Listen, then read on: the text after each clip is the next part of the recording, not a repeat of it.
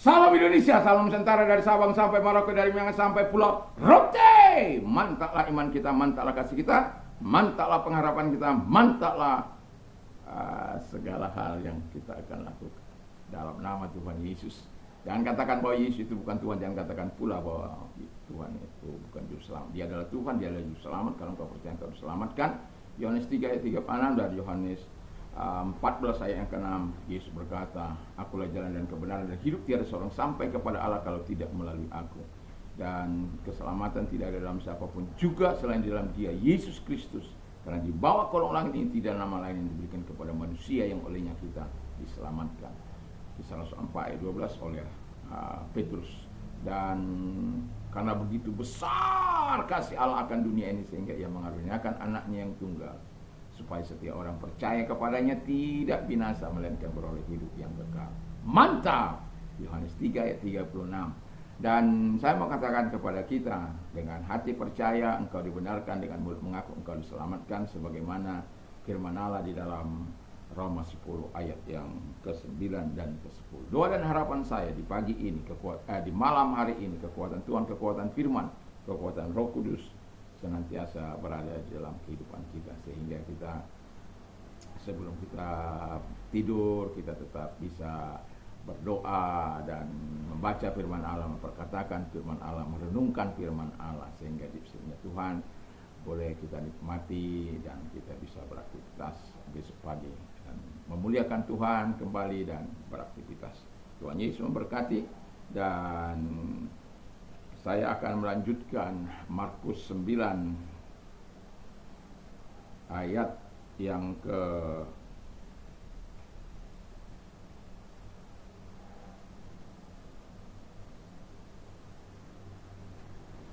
28-29. Kata Yesus sesudah di rumah dan murid-muridnya sendirian dengan Dia, bertanyalah mereka, mengapa kami tidak dapat mengusir roh itu? Jawabnya kepada mereka, jenis ini tidak dapat diusir kecuali dengan berdoa. Di ayat yang lain dengan berdoa dan berpuasa. Jadi sebabnya kita perlu sebagai orang percaya mengambil masa-masa doa panjang, doa puasa, juga kadang kita ya boleh mengambil atau doa puasa singkat dan macam-macam, atau berdoa dan lain sebagainya. Nah, tema kita adalah kegagalan. Dan penyebab kegagalan itu yang pertama adalah tidak mempertahankan hubungan yang akrab dengan Allah. Mereka sudah, murid-murid sudah diberikan otoritas untuk mengusir setan-setan itu dalam nama. Tetapi mereka tidak mempertahankan hubungan akrab mereka dengan Tuhan. Mungkin terlalu sibuk melayani atau terlalu sibuk macam-macam lah itu ya. Tetapi yang mau saya katakan, ketika kita tidak mempertahankan hubungan kita dengan Allah dalam doa, dalam firman, dalam pujian, dalam penyembahan, dan dalam keaktivitasan seluruh kehidupan kita, kita lupa bahwa Tuhan yang harusnya kita utamakan dalam kehidupan ini.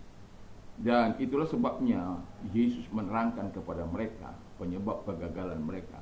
Apakah Yesus senang dengan kegagalan mereka? Tentu tidak. Tetapi sebuah harus ditunjukkan bahwa itulah sebabnya Yesus senantiasa pagi-pagi sekali datang kepada Bapa dalam rangka menjaga hubungannya dengan Bapa di surga itu. Pagi-pagi sekali dia sudah bangun untuk menyatakan keakrabannya dengan Tuhan. Tapi ada banyak kita, kalau dari kita yang tidak melakukannya. Kalau Tuhan saja yang adalah Tuhan membutuhkan, di dalam kemanusiaannya membutuhkan Bapa untuk kekuatan Bapa untuk menyertai dia dalam kemanusiaannya, siapa kita? Tetapi saya mau katakan kepada kita, kadangkala oleh karena kemalasan, bangun pagi kita sangat sulit, tunggu dulu. Mungkin kalau ada sebagian orang tunggu ribut dulu baru bisa bangun pagi. Karena apa? Tidak menyadari betapa pentingnya Tuhan itu dalam hidup mereka. Tapi bagi orang-orang yang betul-betul menjadikan Tuhan menjadi Allah, dia tidak dibangunkan pun jam berapapun dia bisa bangun. Kalau dia mau bangun, dia akan nyatakan kepada Tuhan, jam sekian saya bangun, Tuhan tolong bangunkan. Ya. Untuk apa?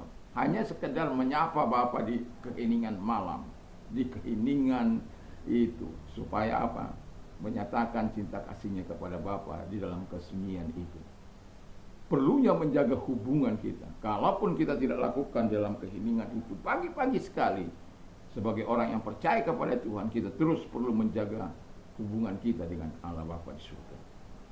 Bukan berarti saya tidak melakukan, bukan berarti juga saya tidak pernah gagal. Tetapi saya mau katakan kepada kita, pagi-pagi dari sebanyak hidup saya datang kepada Tuhan, pagi-pagi sekali untuk datang memuliakan Tuhan. Dan karena apa? Saya sadar di sepanjang malam, Sabtu malam itu, walaupun saya harus bergumul, banyak kali jatuh bangun untuk berdoa kepada Tuhan, tapi saya tetap percaya bahwa Tuhan itu tahu di dalam segala. Saya tetap yakin dan percaya apapun yang saya lakukan tidak lain adalah untuk menyenangkan Tuhan dan mempermuliakan Tuhan. Saya berharap Allah yang besar itu akan menyatakan segala kemuliaannya di kota saya, di kampung saya, di Indonesia. Ini kalau Anda lihat ini ada gelang ini, Indonesia bagi kemuliaan Allah. Saya meyakini dan saya bawa-bawa itu dalam konteks saya, konteks saya katakan ampenan ini ada ampenan 2034. Jadi semua ada visi pribadi, ada visi keluarga, ada visi sebagai gembala tuh. Gembala. Itulah kita apa? Karena apa? Kita tidak akan mungkin bisa bergerak tanpa visi. Kita tidak akan pernah berapi-api terus mau bangun pagi-pagi sekali tanpa visi. Tapi kalau kita punya visi, walaupun itu sudah bertahun-tahun kita gumuli, itu tidak menjadi masalah bagi kita. Karena apa? Itu membuat kita cinta kepada Tuhan, dalam rangka juga membangun hubungan dengan Tuhan. Yang kedua, para murid kehilangan iman. Kalau kita sudah hubungan kita dengan Tuhan tidak akrab, saya pastikan kita akan kehilangan vitalitas iman kita. Kita akan kehilangan semangat iman kita. Kita akan kehilangan semangat hidup dalam pelayanan, semangat untuk mempermuliakan Tuhan tidak lagi ada dalam hati kita. Karena apa? Kita sudah kehilangan hubungan akrab kita dengan Tuhan. Karena kita sudah tidak berdoa. Itu sebabnya Yesus katakan, ini tidak bisa dapat diusir kecuali berdoa dan berpuasa. Perlu terus menjaga api itu agar tetap menyala. Sebagai imam-imam pada waktu itu, ya mereka akan menjaga api kudus, api itu supaya tetap menyala. Api kudus hidup kita, hati kita itu hanya bisa menyala hanya ketika kita mau menyatakan dalam doa-doa kita. Jangan pernah sampai, ada kadang-kala orang satu hari bisa nggak berdoa itu, merasa enak, enjoy aja itu. Itu sebabnya di rumah ini mau tidak mau itu dipaksa, suka tidak suka, untuk terus membangun persekutuan dengan Tuhan. Karena apa? Tidak ada jalan untuk bisa melihat kemuliaan Tuhan itu hanya dengan berleha-leha, hanya dengan bermalas-malas. Dan orang yang kehilangan iman dipastikan akan gagal. Itulah sebabnya Yesus sangat memperingatkan para murid-muridnya supaya tetap menjaga hubungannya dengan Allah, dengan Bapa di surga itu. Dan ketika itu dilakukan, maka saya yakin dan percaya mereka akan dapat melaksanakan tugas-tugas dan tanggung jawab yang Tuhan telah percayakan kepada mereka. Yang ketiga, kehilangan kerendahan hati. Ya, ini kalau orang sudah hubungannya dengan Tuhan itu putus atau apa namanya itu kurang, kita akan lebih menonjol daging kita, lebih menonjol keangkuhan kita, lebih menonjol keegoan kita, lebih menonjol keangkuhan kita. Itu sebabnya Tuhan mengatakan tetaplah rendah hati, karena Tuhan tidak suka terhadap orang-orang yang sombong. Bahkan Tuhan mengatakan menentang, bahkan Alkitab mengatakan rendahkan hatimu di tangan Tuhan yang kuat itu, supaya ia meninggikan engkau pada waktunya. Jadi jangan bosan untuk merendahkan diri di hadapan Tuhan dan di hadapan sesama. Mau apapun itu, tetaplah rendah hati di hadapan Tuhan dan di hadapan sesama. Tidak ada yang kita bisa banggakan dari hidup kita ini selain kebergantungan kita sepenuhnya kepada Bapa di dalam nama Yesus Kristus itu. Dan Roh Kudus akan terus menolong kita untuk melakukan yang terbaik dalam hidup ini. Ingat bahwa ketika engkau mengalami kegagalan, perlu engkau introspeksi diri. Kenapa saya gagal? Apakah betul apa yang Alkitab katakan bahwa saya tidak menjaga hubungan saya dengan baik dengan Tuhan? Saya kehilangan iman, vitalitas hidup itu dalam hidup saya. Vitalitas melayani Kristus dengan kasih, dengan compassion itu. Hanya Tuhan yang bisa melihat keadaan kita. Ataukah kita telah kehilangan kerendahan hati? Saya pastikan orang yang kehilangan hubungan dengan Tuhan, pasti yang menonjol adalah perbuatan-perbuatan daging. Tapi orang yang selalu menjaga hubungannya dengan Tuhan, yang menonjol itu adalah buah-buah roh. Dan itulah sebabnya saya sering katakan kepada Tuhan, jadilah raja di tahta hati saya, memerintahlah di sana, intervensi setiap detail kehidupan yang akan saya lakukan bersama saya selalu. Dan memang tidaklah mudah, kadang-kala ada lupanya itu kan. Tetapi yang mau saya katakan kepada kita, supaya kita tidak gagal dalam hidup kita, mari terus kita menjaga api iman kita. Mari kita terus hidup dalam persekutuan dengan Bapa di surga. Dan mari kita terus tetap rendah hati. Ingat, air selalu mengalir ke tempat yang rendah. Kuasa Allah, kemuliaan Allah akan selalu mengalir bagi orang-orang yang rendah hati.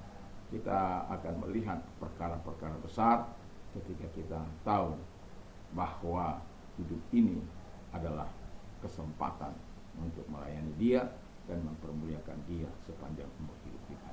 Tetapi bukan kita lakukan asal-asalan. Kadang-kala ada orang bisa melayani Tuhan tanpa berhubungan kepada Tuhan, tanpa doa kepada Tuhan, karena merasa sudah bisa, sudah dapat melakukannya. Tapi saya mau katakan, ketika engkau melayani Raja di atas segala raja, yang terbaik itu yang kita lakukan. Kalaupun mungkin oleh karena sesuatu, tapi ada tetap hubunganmu dengan Bapa selama dalam perjalanan kehidupanmu oleh karena itu. Dalam arti kata, engkau duduk pun bisa engkau berdoa. Engkau sedang mendengar seminar pun engkau bisa sedang berdoa. Engkau sedang melakukan apapun, engkau bisa tetap berkomunikasi dengan Bapa. Engkau sedang menyetir pun engkau bisa berdoa. Dalam segala aktivitasmu ketika engkau bersama dengan Allah, dalam rangka menjaga hubungan dimanapun engkau, tetap terkoneksi. Karena apa? Kita adalah orang-orang yang cinta Tuhan, dan orang-orang yang tidak ingin gagal dalam hidup ini, tapi ingin berhasil. Mari kita berdoa. Terima kasih Bapa di surga, kiranya Tuhan menolong kami supaya kami tidak gagal, dan itulah Engkau, sebabnya Engkau mengingatkan kami supaya kami tidak gagal dalam hidup ini. Dalam nama Tuhan Yesus Kristus, segala pekerjaan si jahat kami keluar. Dan kalau Engkau sedang sakit, aku minta kepadamu, arahkan kedua tanganmu. Mari kita berdoa. Dalam nama Yesus, segala sakit penyakit mereka derita, aku perintah keluar, dan oleh biru-biru Yesus Engkau sembuh, oleh kuasanya Engkau sembuh. Dan bagi engkau yang mengalami masalah persoalan, angkat kedua belah tanganmu, kita akan berdoa kepada Bapa di surga. Tuhan, lihat tangan-tangan yang diangkat kepadamu, ulurkan tanganmu menolong mereka. Dan seperti engkau menolong Sadrak, Mesak, Abednego dari dapur api, Daniel dari lubang singa, persoalan-persoalan apapun, engkau adalah Allah yang besar, yang mampu menolong kami dari segala kesulitan kami. Hingga kami semua boleh berkata, kami bisa keluar dari segala kesulitan, masalah kesulitan kami oleh tangan Tuhan yang kuat itu menolong kami. Terima kasih Bapa di surga, kami bersyukur dalam nama Tuhan Yesus Kristus. Haleluya. Amin. Selamat malam. Selamat kita beristirahat, dan biarkan kekuatan firman kekuatan Roh Kudus menyertai kita. Jangan pernah lupa sebelum tidur baca firman Allah, renungkan dan berdoalah. Ya, dipsipnya Tuhan bersama dengan kita. Mantap, mantap, mantap.